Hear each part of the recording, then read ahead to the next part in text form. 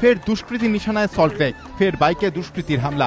এই ব্লকের পর এবার বিজি ব্লকে ছিনতাই। সোনারহাট ছিনতাই করে বাইকে করে অদৃশ্য দুষ্কৃতী, আতঙ্কে সল্টলেকবাসী।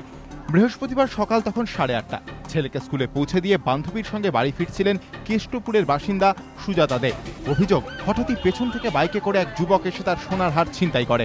তারপর বাইকেই চম্পট দেয় সে। আতঙ্কে চিৎকার করে ওঠেন মহিলা। অভিযোগ, বহু ডাকাডাকি করেও সেখানে দেখা মেলেনি কোনো পুলিশ কর্মীর। শেষ পর্যন্ত নিজের মোবাইল থেকে 100 ডায়াল করেন সুজাতা দেবী। তারপর ঘটনাস্থলে আসে পুলিশ।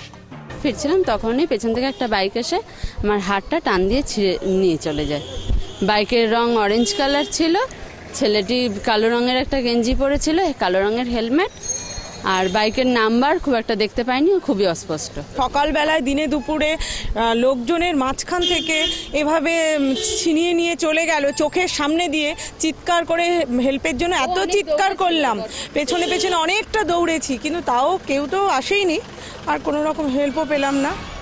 কয়েকদিন আগেই সল্টলেকের এই ব্লকে একইভাবে বাইকে এসে ছিনতাইয়ের ঘটনা ঘটেছিল। এদিনও একই ঘটনার পুনরাবৃত্তি। ঘটনার পেছনে কোনো চক্র কাজ করছে বলেই প্রাথমিক তদন্তে পুলিশের অনুমান। তবে একের পর এক ছিনতাইয়ের ঘটনায় ফের প্রশ্নের মুখে সল্টলেকের নিরাপত্তা। প্রকাশ সিংহ ও রঞ্জিত সাউ, এবিপি আনন্দ, কলকাতা।